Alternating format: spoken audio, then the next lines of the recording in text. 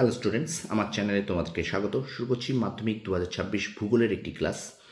আমরা ভূগোল থেকে কিন্তু অধ্যায়ভিত্তিক এমসিকিউ রিভিশন পড়ছিলাম। তো সেই এমসিকিউ রিভিশন ক্লাস আজকে 2 নম্বর পর্ব, ঠিক আছে? তো তোমাদের সামনে রয়েছে হিমবাহের বিভিন্ন কাজ ও বায়ুর কাজ, এই অধ্যায় থেকে আমরা এখন পড়ব, ঠিক আছে?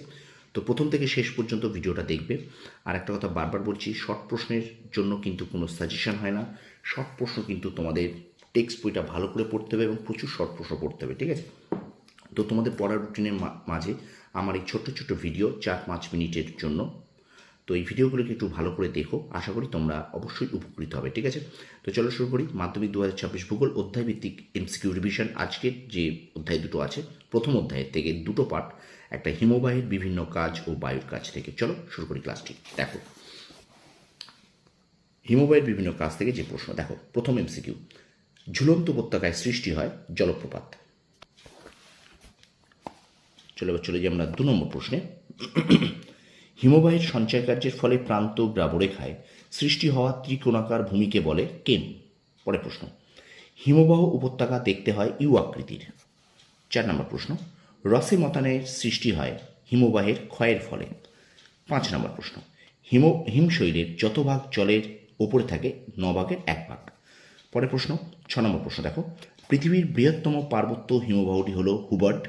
7 নম্বর, হিমবাহ পৃষ্ঠে সৃষ্ট তির্যক ও সমান্তরাল ফাটলের সমাবেশকে বলে ক্রেভাস। পরের প্রশ্ন, হিমবাহ দ্বারা ক্ষয়প্রাপ্ত দুদিক মসৃণ খাড়া ঢিবিকে বলে তিমি পৃষ্ঠ। 9 নম্বর প্রশ্ন, হিমালয়ের রূপকুণ্ড ভূমিরূপের উদাহরণ। হিমালয়ের রূপকুণ্ড ভূমিরূপের উদাহরণ, এটা হলো উত্তর হবে অপশন খ, হিমদ্রোণী। 10 নম্বর প্রশ্ন, পৃথিবীর দ্রুততম হিমবাহ হল কোয়ারেক। 11 নম্বর প্রশ্ন, যে রেখার নিচে হিমবাহ গড়ে যায় তাকে বলে হিমরেখা। 12 নম্বর প্রশ্ন, ডিম ভর্তি ঝুড়ি বলা হয় ড্রামলিনকে। 13 নম্বর প্রশ্ন, পাশাপাশি দুটি কড়ি গঠিত হলে সৃষ্টি হয় অ্যারেট। ভিডিওটা অবশ্যই একটু বেশি করে শেয়ার করে দাও তোমার বন্ধুদের মাঝে। আর আমার চ্যানেলে যদি নতুন হয়ে থাকো, অবশ্যই চ্যানেলটাকে সাবস্ক্রাইব করো, পাশে থাকা বেল আইকনটি প্রেস করে রাখো, ঠিক আছে? তোমার বন্ধুদের মাঝে একটু বেশি করে ভিডিওগুলোকে শেয়ার করো আর অবশ্যই একটু লাইক করো। চলো আমরা চলে যাই আমাদের ভিডিওর পরবর্তী প্রশ্নে। দেখো 14 নম্বর প্রশ্ন, সমুদ্র উপকূলে অবস্থিত হিমবাহ উপত্যকাকে বলে ফিয়র্ড। 15 নম্বর প্রশ্ন, হিমবাহ ও পর্বতগাত্রের মধ্যে সংকীর্ণ ফাটলগুলিকে বলে বার্কশ্রুন্ড। 16 নম্বর প্রশ্ন, পিটসফেলসন বা পিটসফেলসন হল গৌড়। 17 নম্বর প্রশ্ন, বহির্বিধৌত সমভূমি নদী দ্বারা ব্যবচ্ছিন্ন হলে তাকে বলে ভ্যালি ট্রেন। 18 নম্বর প্রশ্ন, পৃথিবীর বৃহত্তম পাদদেশীয় হিমবাহ হল ম্যালাস্পিনা। 19 নম্বর প্রশ্ন, পৃথিবীর পর্বতের নীলকণ্ঠ একটি পিরামিড চূড়া। হিমালয় পর্বতের 19 নম্বর প্রশ্ন হল হিমালয় পর্বতের নীলকণ্ঠ একটি পিরামিড চূড়া। 20 নম্বর প্রশ্ন, হিমালয় পর্বতের একটি হিমবাহ হল জেমু। 21 নম্বর প্রশ্ন, মহাদেশীয় হিমবাহের বরফমুক্ত পর্বতশৃঙ্গকে বলে নুনাটাক্স। এবার চলো আমরা চলে যাই বায়ুর কাজ। ওকে, তো বায়ুর কাজ থেকে কী কী প্রশ্ন এমসিকিউ আছে একটু দেখে নিই। দেখো, বায়ু ও জলধারার মিলিত কার্যের ফলে সৃষ্ট ভূমিরূপ হল পেডিমেন্ট।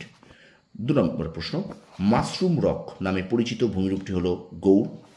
3 নম্বর প্রশ্ন, বায়ুর কাজ সর্বাধিক ঘটে মরুভূমিতে।